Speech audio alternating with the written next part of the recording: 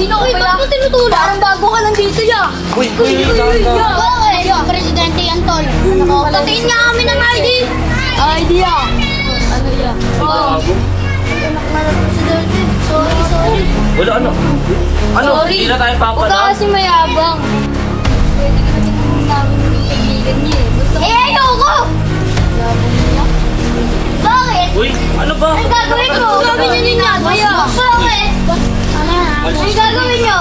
Ang presidente yan, boss. Wala ka nang pakialam. Basta huwag nila sasaktan ng kaibigan ko. Eh, paano mo sinaktan ko? Di ba? Wala. Mayabang ka yan. Uy.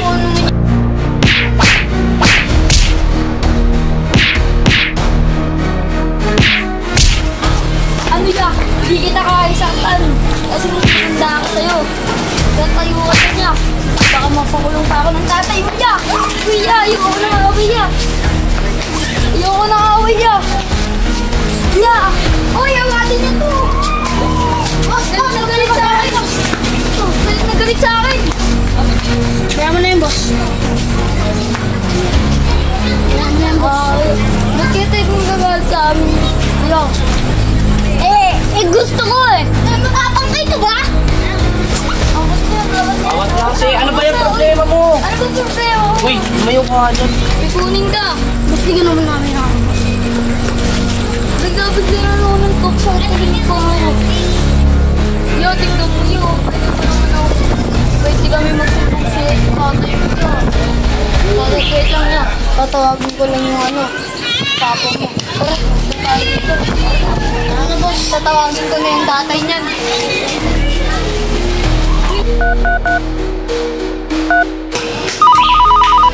Hello? Anak niyo po ba si... Ano po? Si... Pangalan na? Nakalimutan ko. Di ba Kyle yun? Okay. Kyle. Ano po, yung anak niyo po, si Kyle. Ano po, mayabang po. Binugbog po ako. Madami po kaming pasa. Nandito po kami sa may tapat po ng barangay. Okay po. Akala naman nila kasi sino ako eh. Hindi nila ako kilala.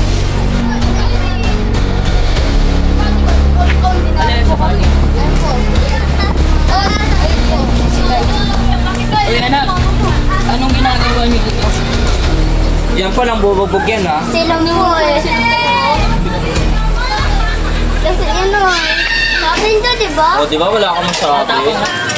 Oo. Anak, magsuri ka na sa kanila. Huwag mo na ulitin ah.